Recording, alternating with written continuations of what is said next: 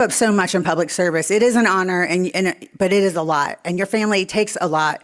So I am so grateful to be here to be introducing Erica Donalds today, and I hope that we all get out and vote. We tell 10 more people to vote. Don't be afraid to tell people to ask you who your opinion is, because a lot of people really don't know who to vote for. So make sure that we keep pushing and we keep our Florida red and free. And God bless you all. Thank you so much, and God bless our great president. Erica.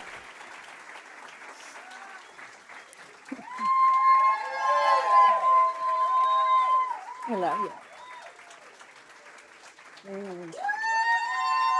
I love you. Thank you. Give it up for Meg. She is awesome. And we love her heart, right? You can just feel her heart and a heart of a servant leader. And we appreciate you so much. Man, thank you so much for being here tonight. Are y'all excited? I don't know what number event this is today. I think we might have passed one hand and we're on the other, but I couldn't be more excited to be here with all of you, because a lot of you are day one Team Donalds. Let me hear it, right? We feel the love. We appreciate you so much. We appreciate you spending this time with us 2 days before the primary. Tuesday night, we believe, is going to be a celebration. And regardless of what happens, we are going to go into November as one unified conservative Republican movement. A lot of you know our story. We met in college 26 years ago, plus actually.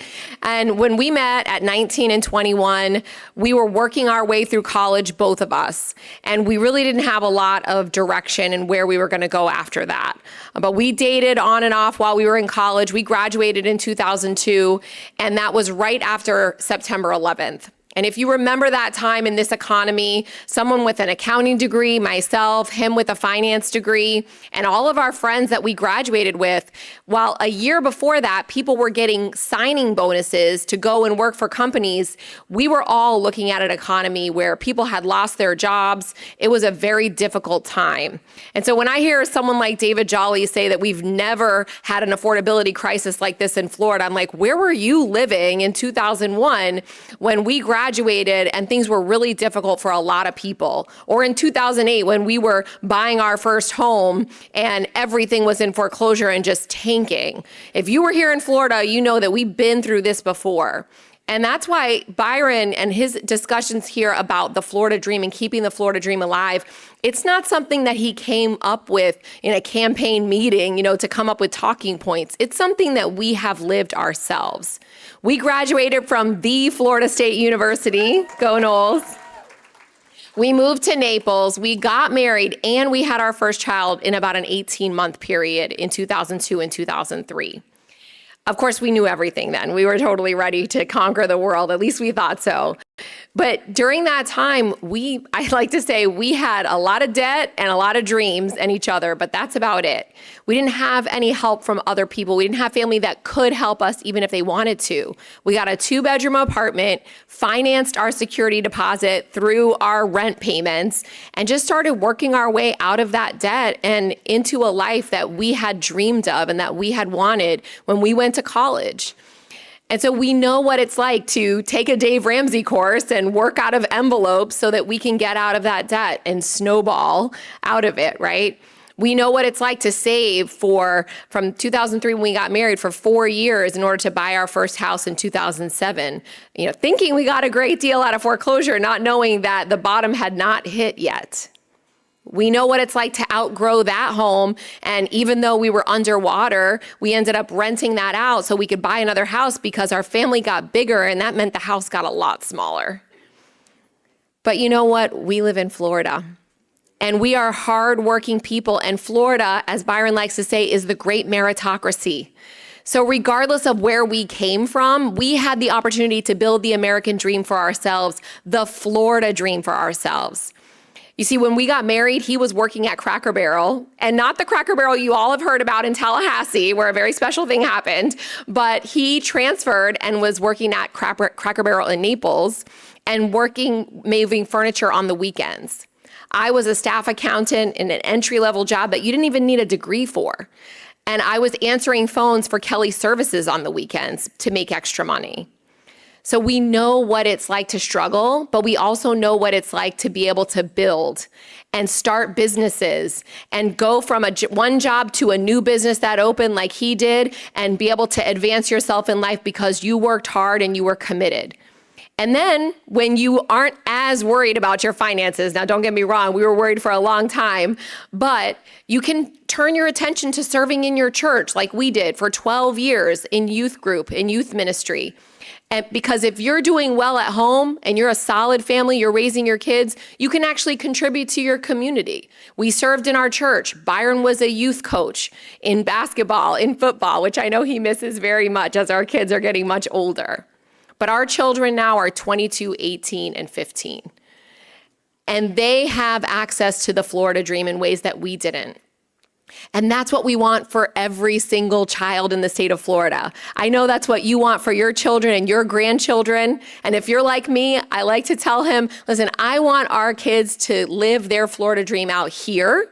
I want them to be able to get a great education here, K-12, go to college here if that's what they choose to do, or train for a job here, open businesses here, buy a home, marry a great woman. And I've been praying about those women all their lives.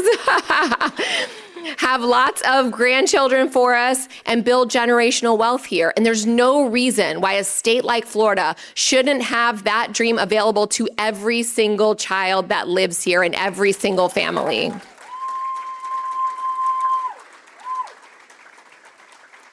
This election is about trust. Who do we trust to carry on the legacy that has been built over 30 years of conservative leadership, starting with the Governor Jeb Bush, who put in the first school choice programs and accountability in our education system, with Governor Scott, who brought 1.4 million jobs and brought our economy back when it was in the tank, and Governor Ron DeSantis, who has done an incredible job as our governor, who has kept Florida free and made sure that government stayed out of our way and is not indoctrinating our kids from K-12 to higher education. And now, I'm a Florida voter too, and I tell Byron, you have to earn my vote as well. I want to make sure that the next leader is someone that we can trust to carry on that legacy of conservative, common sense decision-making, no matter what happens, whether it's September 11th or COVID or the housing collapse.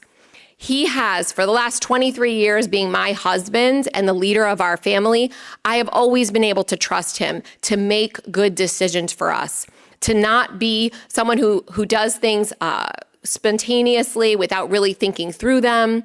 And when it comes to him and his public service, he's always been a principled conservative.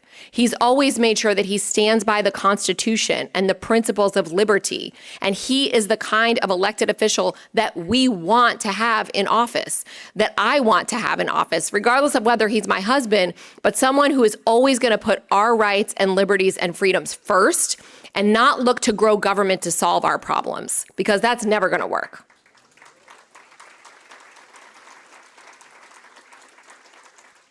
So it is definitely my honor to be here today with you. And God willing, in 2 days, we'll be celebrating a huge victory here in the primary. We will secure the Florida dream for my children and grandchildren, for your children and your grandchildren, for our state and for the betterment of the future of this country and Western civilization. With your help, we will have a huge win. And the next governor of Florida will be my husband, Byron Donalds. Please welcome him tonight.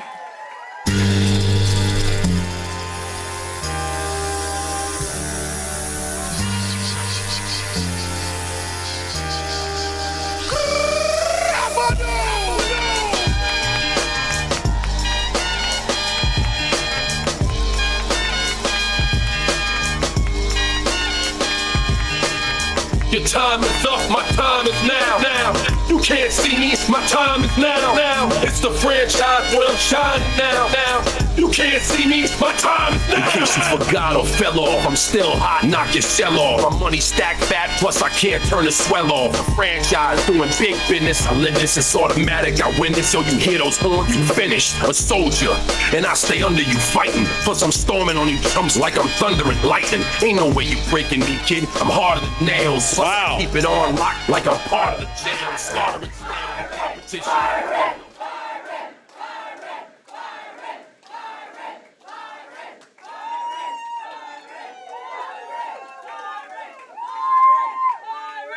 First of all, how many people are in here tonight? Look at all of you guys.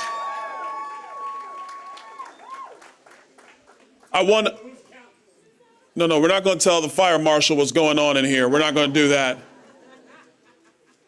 It's my pleasure to be back here in Palm Beach County.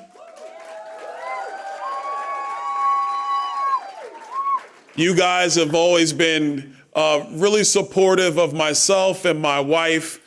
Obviously, you're supportive of the President of the United States, Donald Trump. But more than that, you guys have always been what's shifted Florida from just a blue state and what became a purple state into becoming the conservative state in all of America. That shift started happening here in Palm Beach County. You know, we are now 2 days away from the Republican primary here in Florida. 2 days. Time has flown. It's actually gone by pretty fast. But let me tell you what's been consistent this entire time. Doesn't matter what part of the state I've been in, whether it's here in Palm Beach County, Miami-Dade, Monroe County, Escambia County, Putnam County, or Duval. Martin too. She's like, Martin County. Don't forget Martin County. But one thing that has never changed, no matter where I've been, is that the people of Florida want to make sure that the Florida dream is alive and well into the future. The people of Florida, they want to make sure that we remain the free state of Florida. The people of Florida want to make sure that this just wasn't something that happened post-COVID. This is something we're going to keep going strong for a long, long time. And as your next governor, I'm here to tell you tonight, we are going to keep Florida #1 for a long, long time.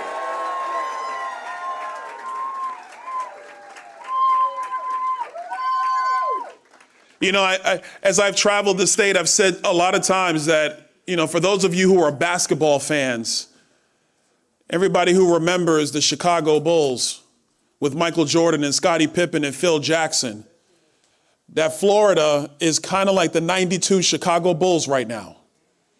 We've gone back to back, shocked the world. We're better than them all. Some of these other states are still trying to figure it out. You know, I talk to my colleagues in Texas, and the guys in Texas always swear that they are the best state in America. They always swear it, and they brag. Those Texans brag. They feel good about themselves. And I always have to remind them that it's okay to be #2. It's all right. But we have work to do. Our governor, Ron DeSantis, has done a great job leading Florida these last 8 years. But now we have to be about the business of what matters to our state going forward. Affordability is a problem for all Floridians. It doesn't matter what your politics are. It doesn't matter what the color of your skin is. Because when taxes and insurance are more than principal and interest, you got a problem. When it comes to taxes, that's in your hands now, Florida. The people will decide this November. The people will decide. But whether it passes or it fails, we are going to study property taxes and fees in our state top to bottom in my first year as governor. And we are going to make sure that we have detailed solutions for how we repeal homestead property taxes in this state. And if we can't get there, the seniors on fixed income in Florida and the young families trying to get started in Florida, we want to target that relief directly to them. Because if they can afford Florida, they will remain in Florida. And we need them here to continue to keep the Florida dream alive and well.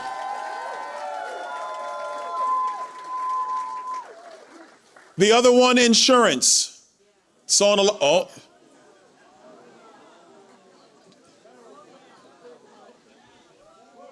Meg, did you hear that?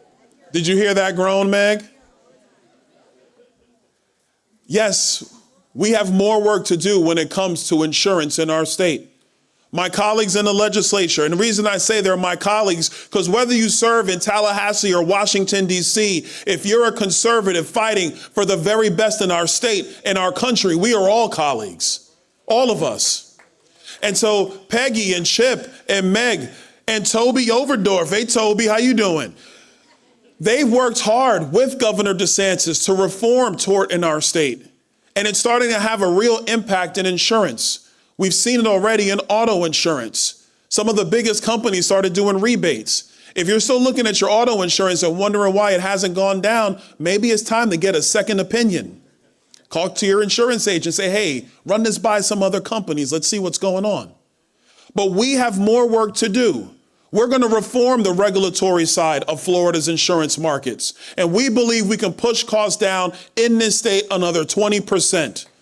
Because that matters to the pocketbooks of the people of Florida. And just so you know, because people always ask, well, Byron, how do we know you can do that? I spent 17 years of my life working in finance, insurance, and financial services before politics. I'm the only person running for governor that's actually worked in the private sector, that really knows how economies and industries work. When I was in banking, I underwrote businesses for a living. That's what I did. When I was in insurance, I understood how cost of insurance and how risk pooling works. That's what I did. And when I was in financial services, I invested money for retirees who came to Florida, and they trusted me with their retirement, and we invested those resources for them. So when it comes time to looking at our insurance markets, I don't need a lobbyist or a staffer to tell me what to do. I know what needs to be done, and we're going to get that done for the people of Florida.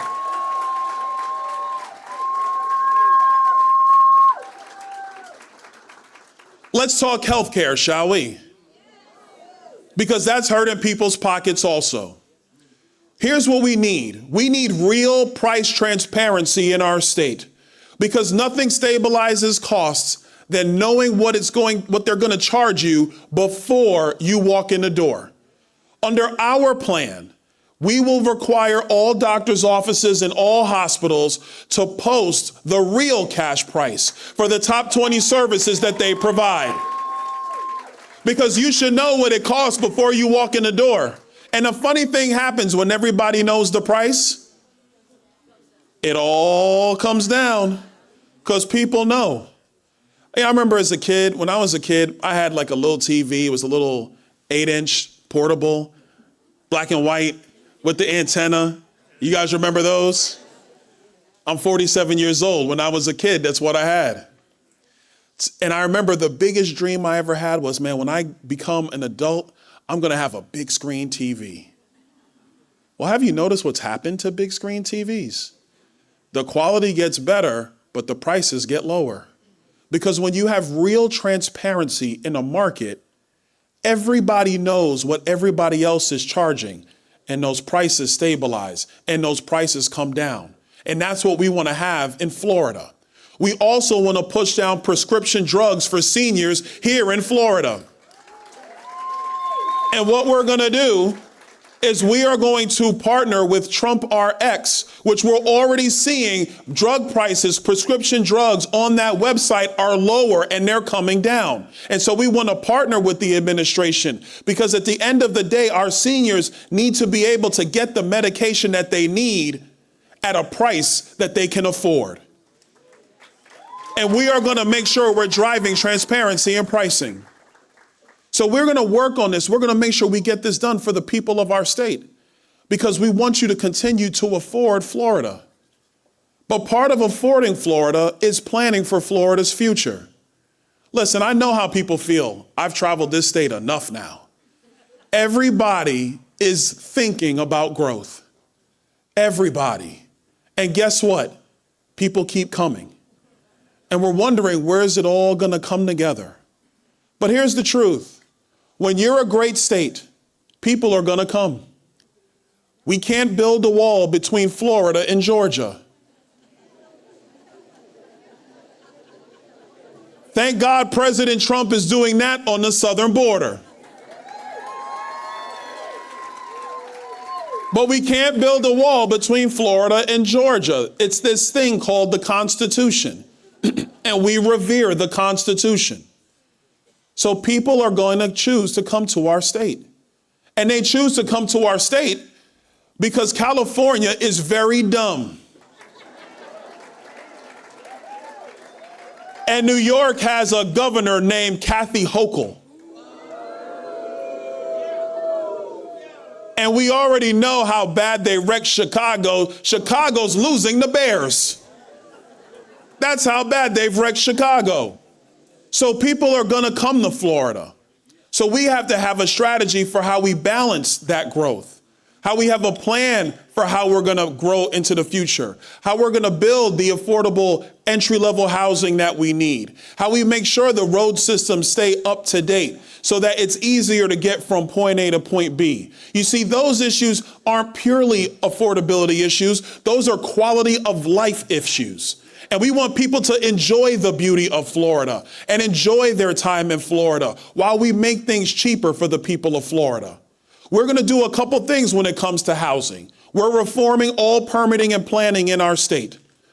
30% of the cost of a new home is government. Not a roof, not sheetrock, not copper wiring, government. So we're going to reform that process in our state. We're going to shrink those timelines down because young kids in our state who were trying to build that Florida dream the way Erica and I were able to build that Florida dream, if we price them out just because of government process, then we're not doing our job. We are going to have a modernized and efficient government that respects the pocketbooks of the people of Florida.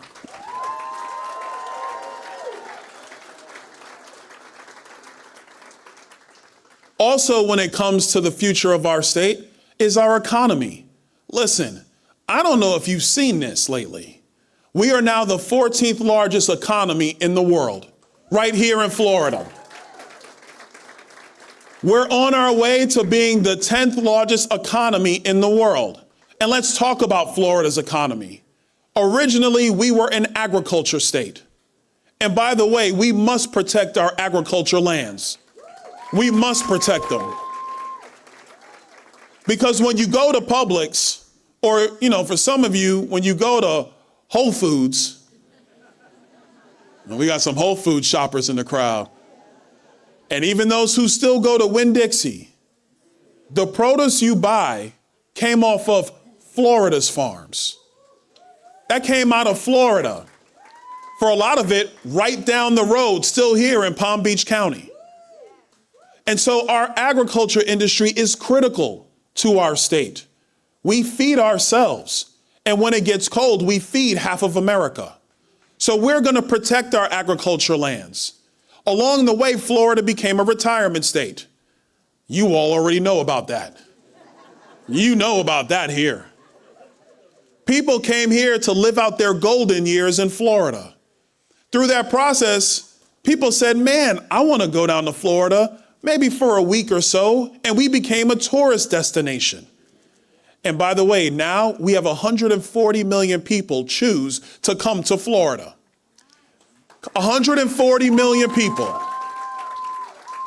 They come to enjoy the beaches, they come to enjoy the glades, they come to just get some peace of mind because a lot of them live in these blue states and they're just trying to get a break.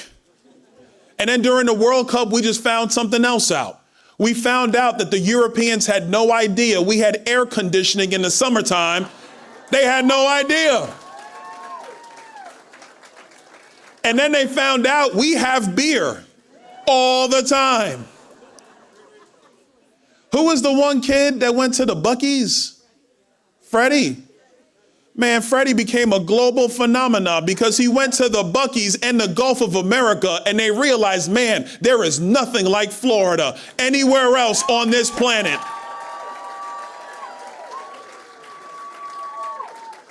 So people are going to continue to choose to come to Florida. But now we're an everything state. We now have captains of industry who are deciding to call Florida home because they can't take it anymore. And if you haven't been there in quite some time, about 2.5 hours up the road is this place called Cape Canaveral. Florida was the home for America putting men on the moon. That was Florida. And look, I get it. The guys in Texas, again with the Texas guys, they say, but Byron, mission control was Houston. You know, Houston, we got a problem. You know. Well, I got a message for Houston. You do have a problem. Because the future of commercial space is going to be right here in Florida.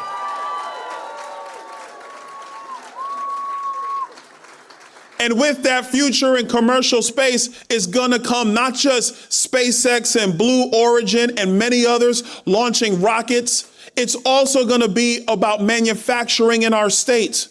Real jobs, high-paying jobs in our state. Engineering jobs, scientific jobs. But it's not just those. It's also welders and electricians and contractors who are going to be needed in Florida. This is what's happening in our economy. We're going to have to figure out how we have the fresh drinking water for the future of our state and how we have the power generation to keep the Florida dream alive and well, to keep your utility bills low. While I'm on the subject of power and water, let's talk data centers. It is the law in Florida today, signed by Governor DeSantis, that your electric bills will not go up because of a hyperscale data center. That is the law in Florida. And as governor, we're going to keep that law on the books. It is also the law in Florida that any data center would have to get a consumptive use permit for water. Now, let me tell you what else has to get a consumptive use permit. And I'm going to start with something that's near and dear to the hearts of the people here in Palm Beach County. Golf courses. Every golf course has to get a consumptive use permit for water. Planned unit developments, we call them gated communities down here. They have to get a consumptive use permit for water. We have industries in our state that bottle water, and some of them sell the water right back to you. They have to get a consumptive use permit for water. We take water seriously in our state because if you don't have fresh drinking water for your people, you have no future for your people. And we're going to protect the water resources and we're going to protect your utility bills in the great state of Florida.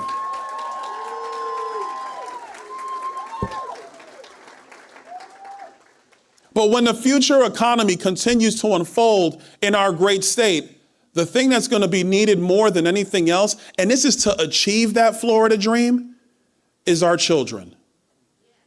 So many times in politics, I hear speeches like these, and it's always elect me and everything's going to be better.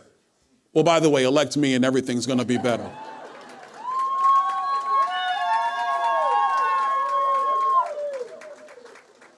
But let me tell you what really matters.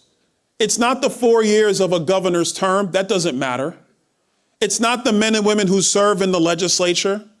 If any group of elected officials matter in this state, it is our sheriff and our deputies that keep us safe. They matter.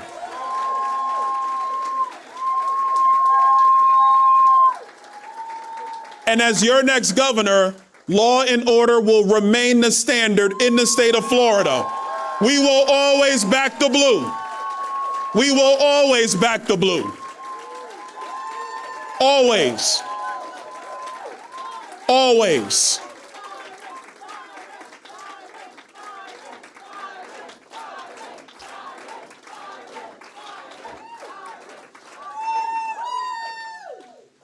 But when we talk so much about the Florida dream, it's about our kids.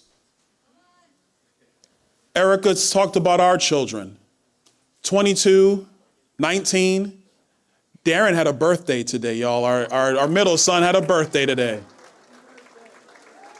And 15. My wife and I, we painstakingly thought about our children's futures. She's a mama bear.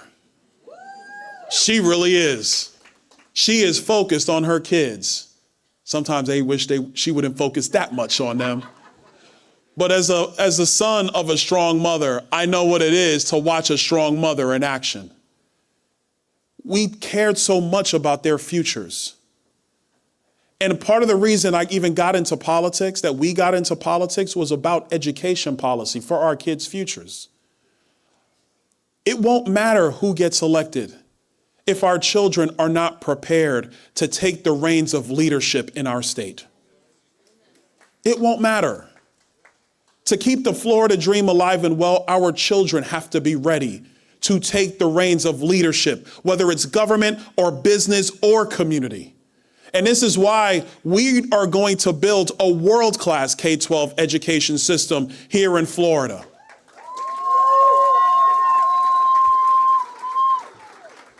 We want our children to master math, reading, and writing here in Florida by the time they graduate high school. We want our children, when they're in middle school, if their parents want to do this, we want to set up a personalized success plan for every child in our state if their parents want it. Because let's be very clear, your children do not belong to government. They belong to the parents. And we will always protect parental rights here in Florida. We always will. But when our kids are in high school, the ones who are not going to go to Florida State or the University of Miami or the University of Florida, if they're a child that doesn't want to go, we want to make sure that they have an apprenticeship or an internship or on-the-job training. Because there's no reason in the economy today when a kid walks across the stage at high school graduation, they're not walking directly into a job that pays them a great salary where they can put food on the table and begin to build that Florida dream for themselves. We have kids in our state who went to welding school. I met one of them in Tampa, Florida, in Lakeland, Florida. I was in Polk County. And she was 19 years old, and she was the best welder at the job site at 19. At 19. There's no reason why some of our young men can't just get an internship with the local car dealership and learn how to become an auto technician. And when they graduate high school, they're making $80,000 a year, starting their lives out. But what we have to do as government is recognize reality. It is time to let our juniors and seniors be connected with our companies and our industries. And for everybody in this room who went through high school, I know you had senioritis, because I had it too. Big time senioritis. If a child's not going to college, let them be in classrooms 3 days a week. But them other 2 days, let them be in the job site. Let them learn what it is to work and build skills. You see, that's how we make sure all of our kids are prepared for the future. In 2 days, the Republican primary will be over. In 2 days, I am going to be your Republican nominee for governor.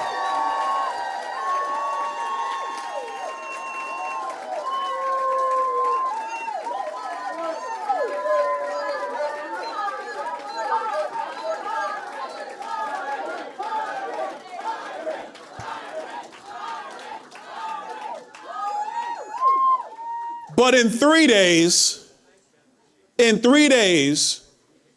like Erica said, we are one party and we are one movement. Look, we've all seen that in primaries, things get tough.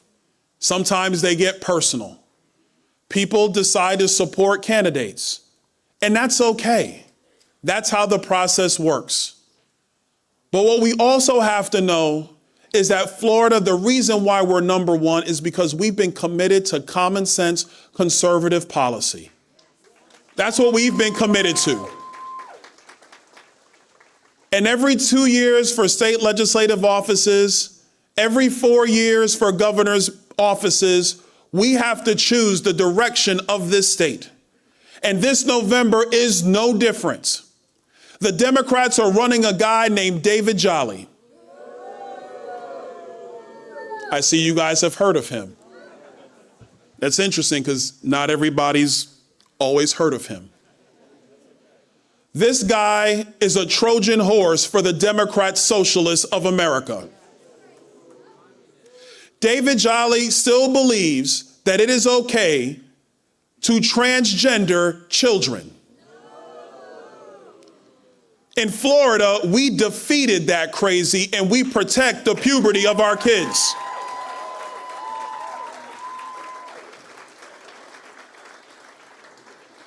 David Jolly, it's just right now, it's only him and the WNBA that thinks it's okay for boys to be in girls' sports.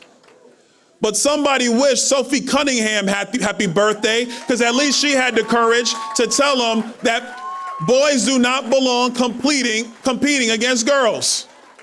It doesn't matter. They shouldn't be doing that. Listen, men are bigger, stronger, and faster. That is the reality. That is biology. That is following the science. But David Jolly and the radical left don't want to follow the science. They want to follow crazy. And because they want to follow crazy, he must be defeated this November.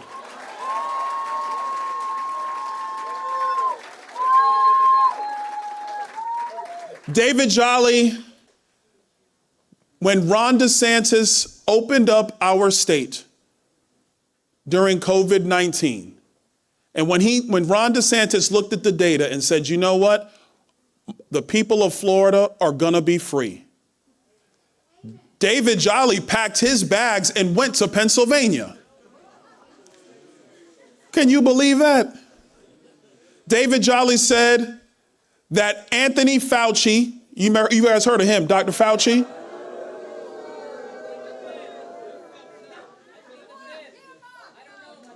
David Jolly said that Dr. Fauci had unimpeachable judgment. Well, I'm sorry. If you decided to follow Fauci instead of Florida, you do not deserve to be governor of this state.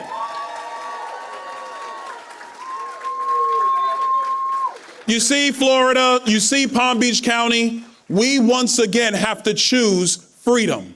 We once again have to choose liberty. We once again have to choose common sense. And we are going to choose it once again at the ballot box this November.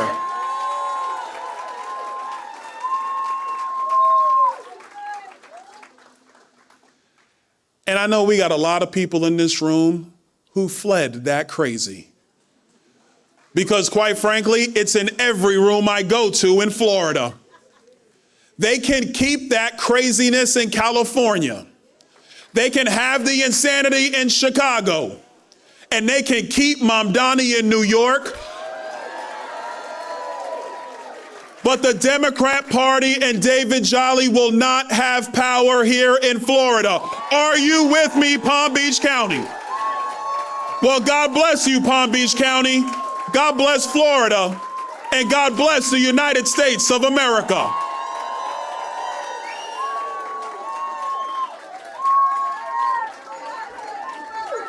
Thank you. So we got to do a couple things today. I love you too. Thank you so much. I love you too. But my wife's sitting right there, you know. Thank you.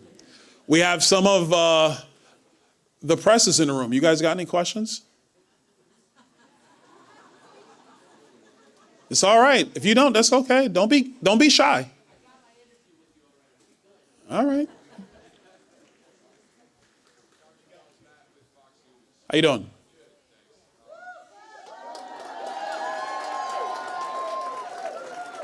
Oh man, he's blushing now. Yeah, they like you. It's okay. How you doing?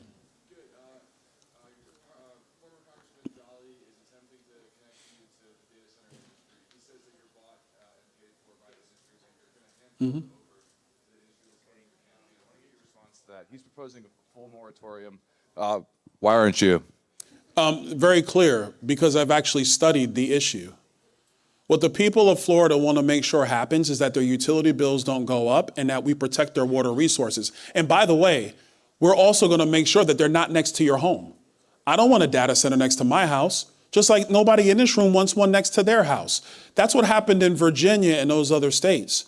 And we've learned from that. So we want to keep them away from people's houses. It is state law that your utility bills are not going up in Florida. That is the strongest law anywhere in the country. Governor DeSantis already did that, and we're going to keep that in place. And when it comes to water, I already talked about use permits. So David Jolly could say whatever he wants to say, but nobody believes him. And let me tell you why. This is a man who was a Republican congressman, then became an independent contributor on MSNBC, and then last year, at 53 years old, just decided, oh, now I'm a Democrat. He doesn't even know what he believes. So why would anybody listen to him?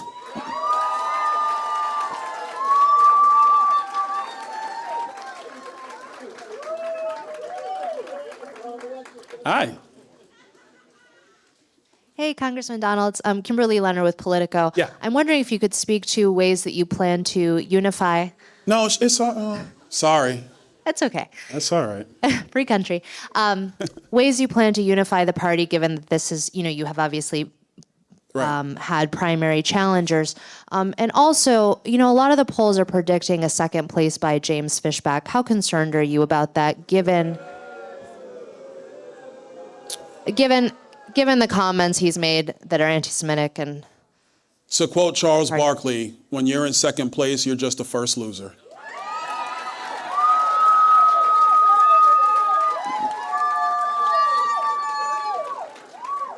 Specific to uniting the party, in our party, we're accustomed to having rough and tumble primaries. It happens.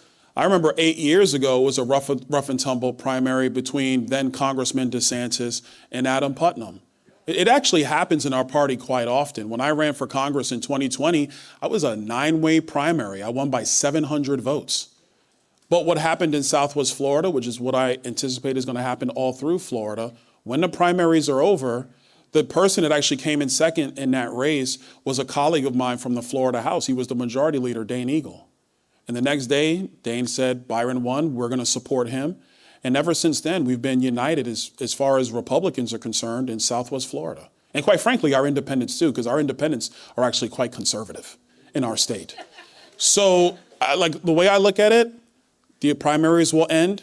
And then, as we always do, we're going to refocus. But I think for the people who are supporting others, they just want to make sure that the free state of Florida that they come to know and love is going to continue. And I think that's what every Republican voter has been looking for. And if you look at my voting record, Congress, or even in the state house, I have one of the most conservative voting records in all of America. In all of America. Governor DeSantis was an original founding member of House Freedom Caucus. I'm a member of House Freedom Caucus. And so the same common sense principles that have made Florida the best in the country are going to remain, because I'm in this really for the future of my kids and for everybody else's kids. I want Florida to continue to be number one. Like Mrs. Donalds always says, she doesn't want to have to get on a plane to see her grandkids. She don't want to do that. Yeah. Last one. Anybody else? Speechless. I like that. What? Oh, here we coming back. It's the Fox guy again, everybody. It's Fox News. Tough climate for Republicans across the country this summer. It's no secret. Why do you think Democrats believe they have a real shot in Florida this year, and what will you do to stem the tide of Democrat momentum? Well, I mean, look, first of all, I think what people are kind of gleaning to is that the party out of power typically doesn't perform well. I mean, the party out of power performs well in midterm elections. That's kind of what they're leaning on. I think still in our country and in our state, people are concerned about prices. They want to see them lower. But I would remind everybody, where was this country 3 years ago? Because 3 years ago, when the Democrats were running this country, they literally ran it into the ground. They ran it into the ground. We now have a border that is more secure than it ever has been, quite frankly, since we've been taking statistics on the border. And I know that gas prices are very uncomfortable for a lot of people. It's tough when you look at some of the prices at the pump. But when you look at an economy, wages adjusted for inflation in America are actually up. When Joe Biden and the Democrats were in charge, wages adjusted for inflation was down and down badly. Everybody was suffering. And so, yes, when you have abject, god-awful, terrible policy, President Trump is working our country out of that. And he's doing a great job doing that right now. So I think that when it's all said and done this November, voters are going to take a look and they're going to say, is it better today than it was 3 years ago? And it is beyond a shadow of a doubt. That answer is yes. Beyond a shadow of a doubt. Well, listen, I want to thank you guys for being here. We're going to have some fun over here in a minute. Anybody who wants to hang around, we're going to have some fun. But God bless you, Palm Beach County. And thank you for always having my back. I love you. Thank you.